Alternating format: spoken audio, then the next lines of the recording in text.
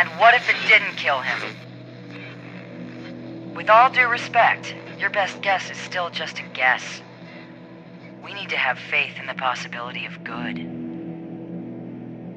Wait, hold on. His oxygen consumption's going up. I think he's alive. He's conscious. Hey, go steady down there. You've been out for a couple weeks. 15 days, in fact. They thought you were dead. If it wasn't for your life suit, you probably would be. Listen, there's been a complication. We can't link into your POV camera, and it looks like communications are only working one way. You can hear me, I hope, but I can't hear you. That means we don't know how badly you were affected by the transportation. If you're feeling confused or disoriented, you should know that deep space travel can do you pretty serious psychological damage, especially to your memory. Even a few hours out there in the dark can cause permanent problems. I'm gonna be honest with you. Mission control are concerned you might have no idea who you are or why you're in there. If that's true, I have some difficult facts for you. You're a long way from Earth. A very long way. But every single person on the planet is depending on you. That thing you're inside right now, whatever it is gonna hit Earth in the next few hours. And if it does, that's the end of everything. You need to decipher and dismantle it from the inside before that happens. I just hope you haven't forgotten how. We all do. Now listen carefully. This is important. The reason why it's me talking to you and not mission control is because you're too far out into deep space.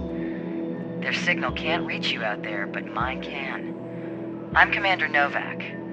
I'm an astronaut on board the International Space Station. I'm gonna relay everything they tell me, but the bad news is, every time I orbit around the far side of the Earth, I'll move out of radio range.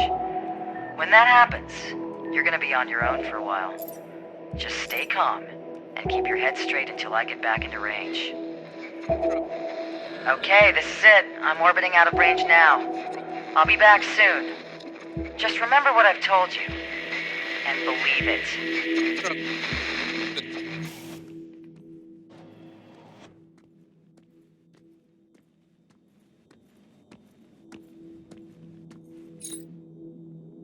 Reasons for doing a remaster. Doing a remaster was definitely not something we would have considered doing years ago. Why would we remake an old game versus making a new game? Turns out, there were multiple reasons to motivate us to do this. First of all, preserving the history of Q.U.B.E was important to us. This became apparent when our console publisher decided to discontinue selling the game, which meant the game would no longer be available for sale on consoles, as well as the original Q.U.B.E no longer being available for sale on Steam, and we have many fans of that version. This really motivated us to create a definitive version of Q.U.B.E that would be up to date and available on modern hardware, and would be future-proofed. This version would include Q.U.B.E, Q.U.B.E Director's Cut, other Easter eggs, this commentary, and a whole new sector of puzzles, bringing at least 4 hours of new content to the table. Another reason is that these ideas came up 18 months before the 10-year anniversary was coming up, and so we thought this would be a good time to release a remaster. We absolutely cannot believe it's been a decade since Q.U.B.E came out. A lot has happened in that time.